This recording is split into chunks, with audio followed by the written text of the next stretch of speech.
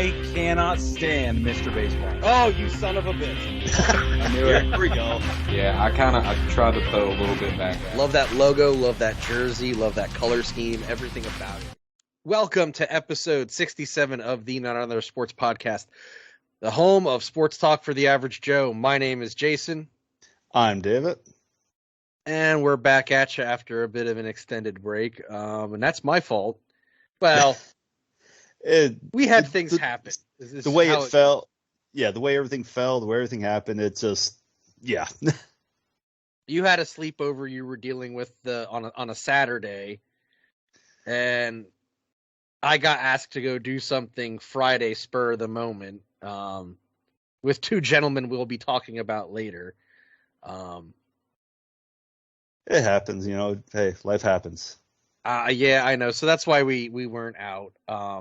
We didn't have a show 2 weeks ago, but that's okay. We're back with you now. Real quick, I am wearing the Patreon exclusive Baseball Together hat. If you enjoy Baseball Together's podcast, which you hear their ad in our shows every week, check out their Patreon. This is, I think, the $20 tier. You get this nice looking Baseball Together hat after a year of membership on their Patreon at the $20 tier. I think the $10 tier is a t-shirt. And I think they just announced a tier for like, I think $1,000 where you can be part of the show and they will come to you and take you out to a game. Oh, damn. Yeah. I'm waiting to see if someone does it. I got to be honest with you. You want to do it just to see it, don't you? I don't have $1,000 to give up. So yeah, neither do I. That's for sure. All right. Well, with the NFL draft kicking off last night. I think it was last night. Last night. Yep. We're recording this on Friday, April 28th. This will probably end on Saturday, April 29th. Probably. Let's jump into the first half here and let's talk about draft busts. I think the name most associated with draft busts for the NFL is Ryan Leaf. I don't think there's anyone more associated with being a bust in the NFL from being the number 2 draft pick overall than Ryan Leaf. Yeah. I mean, don't get me wrong, there's probably others, but yeah, he seems to be the biggest one that a lot of people think of. Because he's been, it's just one of those things, it's just one of those drafts where you think he's going to do what they brought him to do. Right. Well, so let's throw this out here. Can you guess who was drafted before Ryan Leaf? The year was 1998, so let's put that into perspective. No. Peyton Manning. Yeah, just so Peyton my screen just came was up one, with it too. And Ryan Leaf was 2. I was waiting for my screen to come up with the answers. Like, oh, too late. I can't. Nope, I don't know it. Well, he was a number 1 that kind of made a good name for himself. Yeah, but I think he's more the exception, not the rule, when it comes to the quarterback draft bust situation. I think he's one of the few that actually succeeded. And man, my camera is super slow tonight. Are you noticing that on your end? No, actually, you seem fine. Oh man, it's looking slow on my end. That's for sure. Yeah, no, Peyton Manning was one of those quarterbacks that, yeah, he is the oddball that made, that a number 1 actually made a name for himself. Because you don't see that too often. So here's one. I mean, to me, normally the top ones, it's rare to have a top draft, like whether it be, let's just go 1 through 5, to actually stay at that level. But that year you had Peyton Manning, and Charles Woodson go number 4, 2 Hall of Famers. Yeah. So that was a good draft year because it got those two, you saw good things from those two players. So here's one that I have a bit of an issue with. Because to me, I look at a bust, and I hate to say it, Ryan Leaf is kind of like what I consider a bust as far as an NFL quarterback. Barely played, never really lived up to any sort of expectations. 5 seasons. This one list. 4 seasons. Sorry, 4 seasons. This list has. Go ahead. NFL statistics. So according to the NFL statistics on his Wikipedia, it's 98 to 2000, San Diego, 01 in Dallas. That was it. Off he goes. So here's my issue with this one specifically. Number 3 overall, Blake Bortles. He was drafted by the Jaguars in 2014. He was drafted by the Jaguars. But they did reach the AFC Championship game with him in 2017. He was with them from 14 to 2018. He last played in 19 for the Rams. He wasn't on the greatest football team ever. I mean, Jacksonville is by and large a pretty sad franchise to begin with. I think he's someone you have to grade on a curve as far as being a draft bust. Because he played every game. He didn't have his completion rate was only above 60% twice, and it was barely above 60%. I just think he's someone who, if he had a different, what's the word I want to look for here? If he was in a different system, if he's in a different play calling system with a better set of players, his career might be a little different. Well, you can say that about anybody too. I mean, look at Matt. What was it, Leinart? Oh, from USC. Yeah, he was supposed to be the next great thing.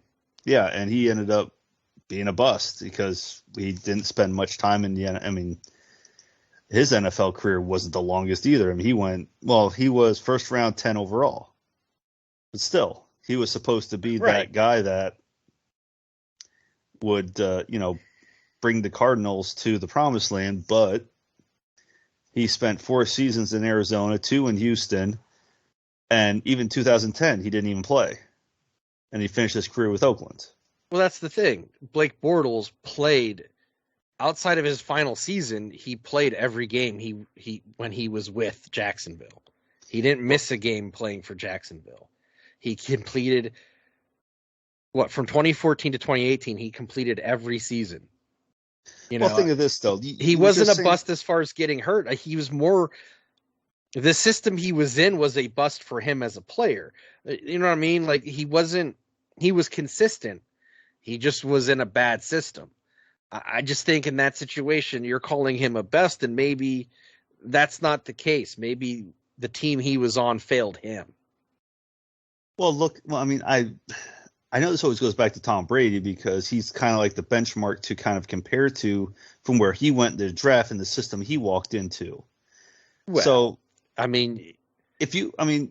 he was picked to be nothing, and he had a really great coach. There's a big difference between. Well, yeah. Think about it. If you had Ryan Leaf go to, New England at that time, would he have done well in that system? You never know. We can fantasy book it all we want, but absolutely, yeah, we can. Here's another thing though. Ryan Leaf had a whole other set of issues too.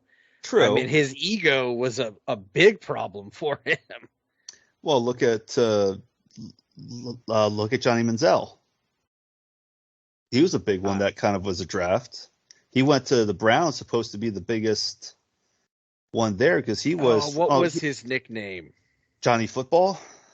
Yes, Johnny Football. He went 22nd overall, but he didn't last long at all because he had his problems. He was with the Browns from 14 to 15, played for the CFL from 18 to 19, and now he's currently with the Zappers in the Fan Control Football League. So, yeah. What was his thing? It was the money thing? Yeah. Yeah. You know, so... But he's another one, I think, that his ego and maybe he wasn't mature enough to handle playing at a professional level at that point in time. Jesus, he's only 30. And that's a big thing, too, because a lot of players, if they get the hype in college, they're going to continue that hype because it's going to go to their head. Young and dumb, basically. And that's when the problems start. So, I mean, he was a big one. This one here, let me see. Oh, come on, screen. They're putting Robert Griffin up there as a bust. I would lean towards a yes or no kind of situation. Yeah, they're putting him as a bust on this list. So here's a really interesting one. And it's one because I think their story was a bit redeemed later on. Because he did have 2 good seasons at the end of his time in the NFL. And that would be Tony Mandarich. He was the 2nd pick overall in the 1989 draft. He was touted by Sports Illustrated as the best offensive line prospect ever. But that's also because he was cranking the hell out of steroids in college. No. He played 4 seasons with the Packers, left pro football due to issues, and then came back and played 2 really good seasons with the Indianapolis Colts.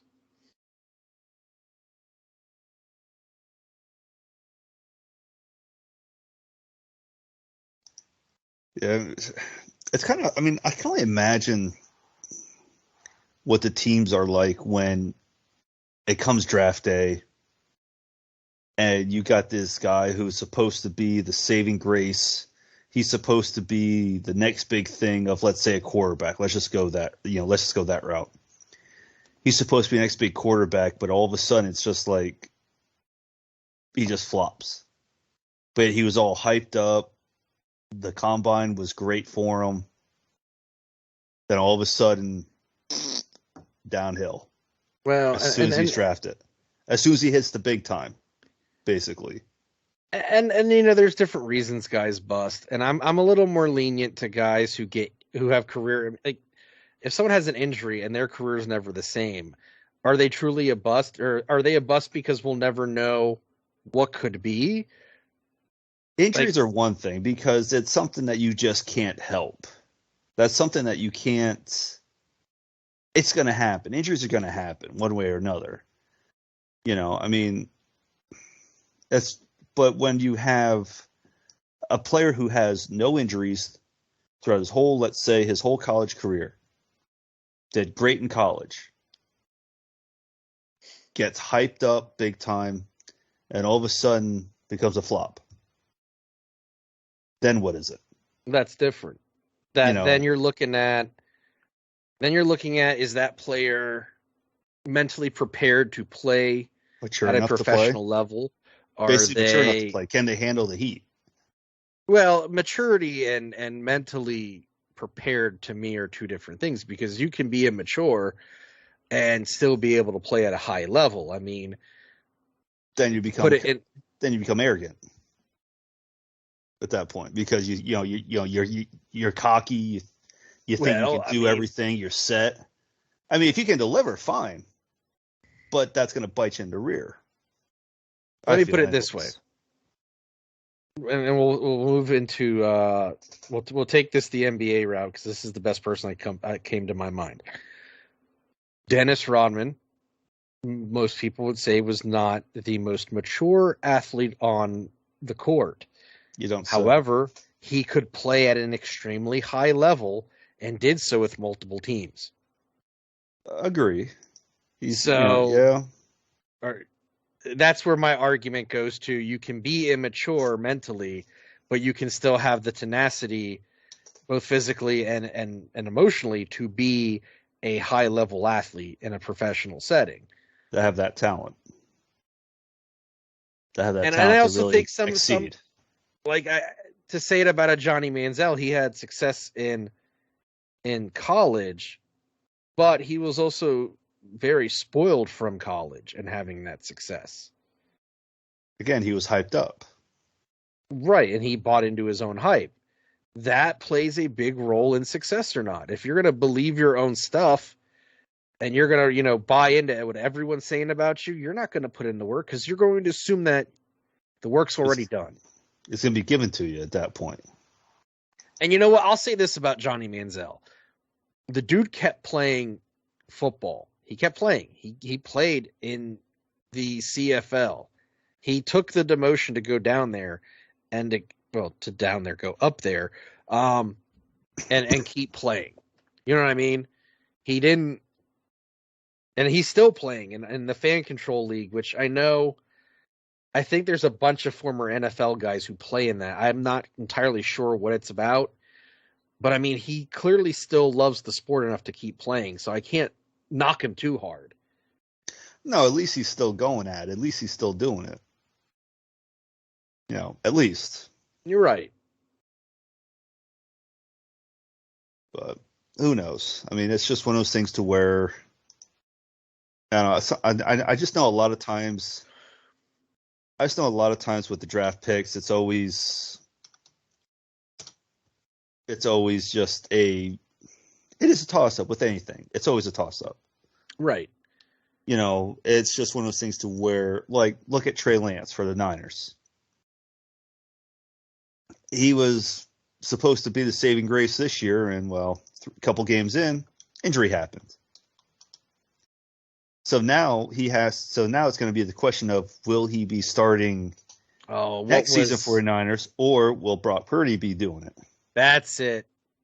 Mr. Irrelevant. Mr. He had a nickname that I'm not going to say on the air right now. Yeah. He brought that big C energy, if you will. But the thing is, though, Mr. Irrelevant became very irrelevant the way he played, and the only reason why he didn't play well against the Eagles in the conference game, because he got injured. He couldn't throw the ball. Their defense got to him quick.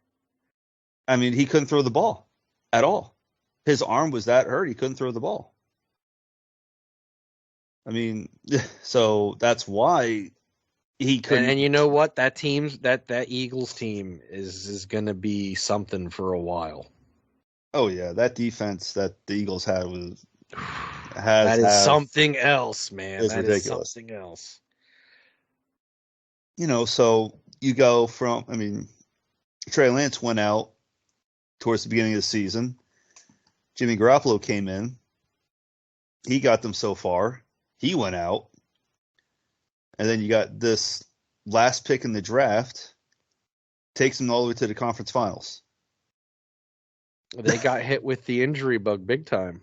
Oh, yes. Big time on that one.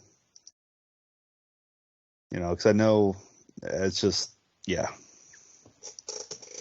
I just know it's going to be interesting to see how that's going to play out for the Niners next season on who's going to get that start. Let's throw this out here. Let's get real interesting right now. Tim Tebow, do you consider him a bust? 25th overall. So he was in the first round, but he was not a top first round pick. I want to say no, because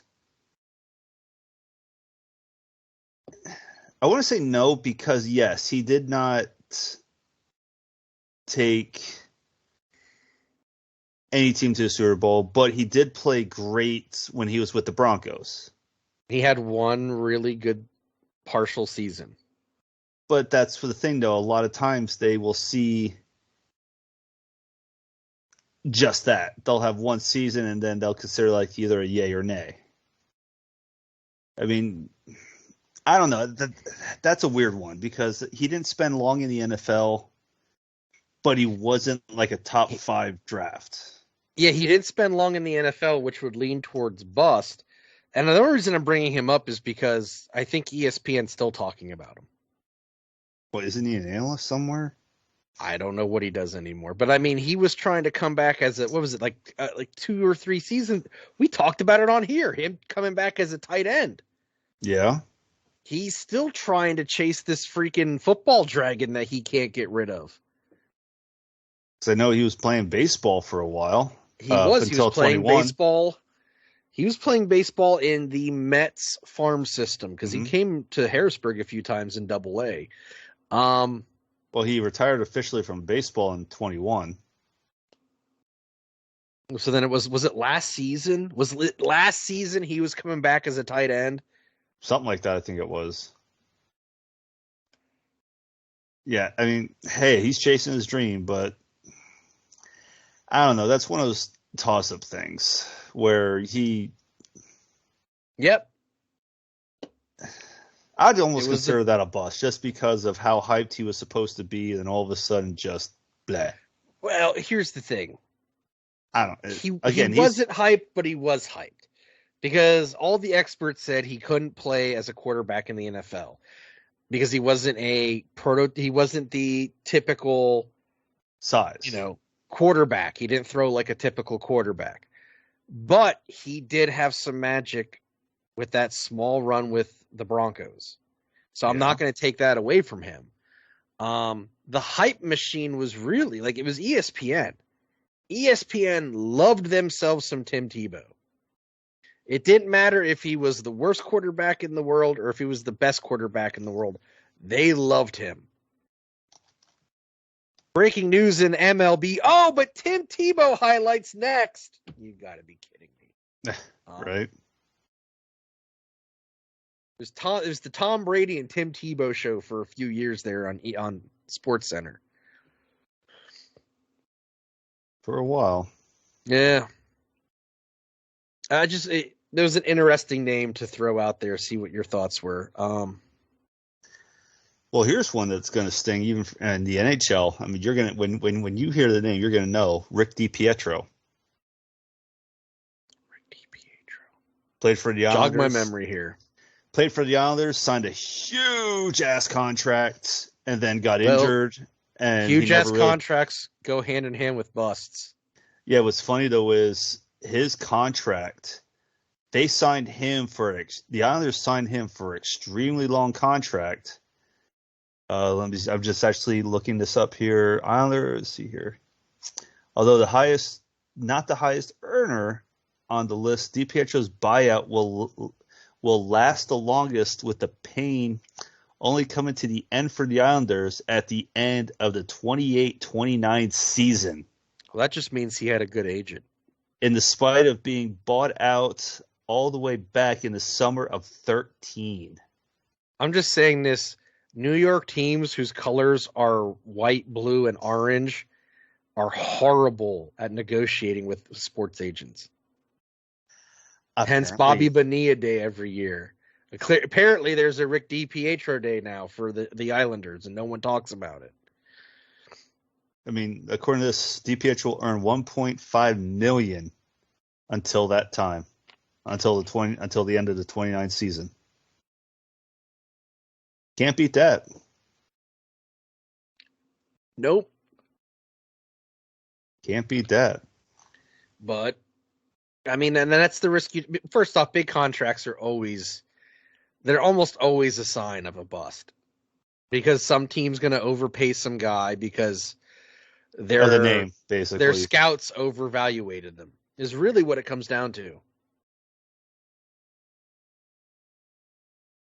And that's not the team's fault. They're taking the word of someone who they pay to professionally analyze what players fit the team the best and who's worth it. It is what it is. I mean, and these guys are going to take whatever money gets thrown at them, and I don't fault them for that. Oh, I don't blame one bit either. I mean, You want to Yeah. throw, let's be honest, you want to throw freaking, I don't know, 45 million to a freaking, for 3 or 4 years to a guy who just got out of college to play a professional sport, or in the case of Major League Baseball, a freaking 18-year-old kid who just got out of college. Of course they're going to take it. oh, absolutely. I mean, hell, would you take it? I would. Of course. I'd You be know? broke the next day, but yeah. Yeah. He's What's that? I have a $1 million signing bonus. I'm buying a car I do not need. right. A car that is not practical in any sorts. You'll hear me flying through Clarks Valley with the freaking Magnum PI theme blasting as I'm driving an exact replica of that car. Why can I see you doing that too? I In your would. Hawaiian shirt. I would shave. I mean, this would be 18-year-old me, so I wouldn't have had the beard then. But In your Hawaiian shirt, though. I do have one I figured you would because that of I it. used numerous years for Halloween as Magnum. I'm not ashamed to admit that. I got the license plate. That doesn't surprise me either. That was a Christmas gift from a family member. But I do have the Robin 1 license plate, exactly like it was in the show. That's funny. Only TV show I own every episode of. Twice. Twice. Jeez. Well, gifts. People bought Yeah. the seasons as gifts, and then someone bought me the complete series as a gift, so I have duplicates. Yes. Oh, hey. Why not, right? Yeah. I think you have Smallville, don't you? No, that I don't. Dan does. Oh, I thought you had every episode of Smallville. No. You only set. It's not the full set. It's only like 1 through something. Was NCIS. That's really about it. I would love to get the full series of Supernatural, but you know, Yeah, I know a bunch of people who like that show, so. no, I'm one. My brother-in-law is too, so. There you go. So, From draft bust to DVD collections of TV series. gotta love it. You good?